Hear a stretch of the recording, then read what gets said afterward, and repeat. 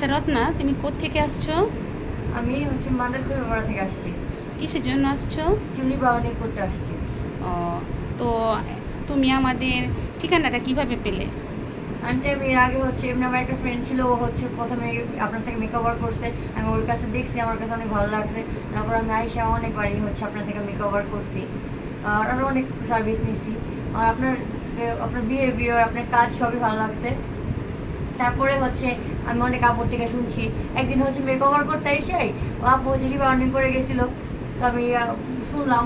তারপরে আরেকদিন আসছি রিবাউন্ডিং করার কথা বলতে, সেদিন আমি আরেকটা আপুর কাছে শুনলাম যে আপনার রিবাউন্ডিং ভালো। তো দুইটা আপুর কাছে শোনার পরে তো আমার মনে হলো না ভালো, আর আমি আগে কাজ করাইছি, যার কারণে আমার কাছে মনে হয়েছে যে না, এই আন্টি থেকে আবার করলে আমার কার্লি চুলটা অবশ্যই রিবাউন্ডিং করলে সুন্দর হবে। আর তোমার চুলটা কেমন ছিল কার্লি? আন্টি আমার চুল খুব পরিমাণে, অনেক পরিমাণের কার্লি ছিল। তো এখন যে চুলটা তোমার আমরা করে দিলাম, তোমার কি পছন্দ হয়েছে? আন্টি আপনার চুল তো আমার অনেক পছন্দ হয়েছে। হ্যাঁ। আমার যে রিবাউন্ডিং করার পর যে চুল, যে কোনো মানুষ দেখেই জাস্ট বলেন না অনেক সুন্দর হয়েছে, জাস্ট লুক ওয়াও। চেঞ্জ। হ্যাঁ। পুরো তো লুক চেঞ্জ।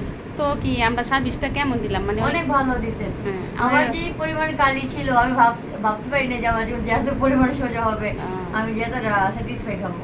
আচ্ছা, তাহলে সবাইকে বলে দিও হ্যাঁ, আমাদের পার্লারের আমি কথা। একটা কথাই বলতে চাই, আপনারা সবাই আসবেন, আইসা আন্টির কাজ দেখবেন, রিবাউন্ডিংটা করে দেখবেন। আমার পার্লারটা কোথায়? আপনার পার্লারটা হচ্ছে রসুলপুর টিনের মসজিদের ওইখানে, কি পার্লার? SR parlour. হ্যাঁ, তাহলে সবাই আসতে পারবে আমাদের হ্যাঁ, পার্লারে। হ্যাঁ, আসতে পারবো নিঃসন্দেহে, এসে কাজটা করা যাবে। আর কাজ শুনেন, ধৈর্য সহকারে করবেন, শেষ টাইম পর্যন্ত রেজাল্টের জন্য অপেক্ষা করবেন। রেজাল্ট যখন আসবে তখন দেখতে পারে বুঝবেন। আপনারা আসবেন না, এসে একদিন কাজ করবেন, ভালো লাগতেছে না, এটা হইব না। আপনি স্পা নেবেন, সব কাজ শেষ করবেন, ফুলফিল হবে, তারপর আপনার কাজটা রেজাল্টটা বুঝবেন।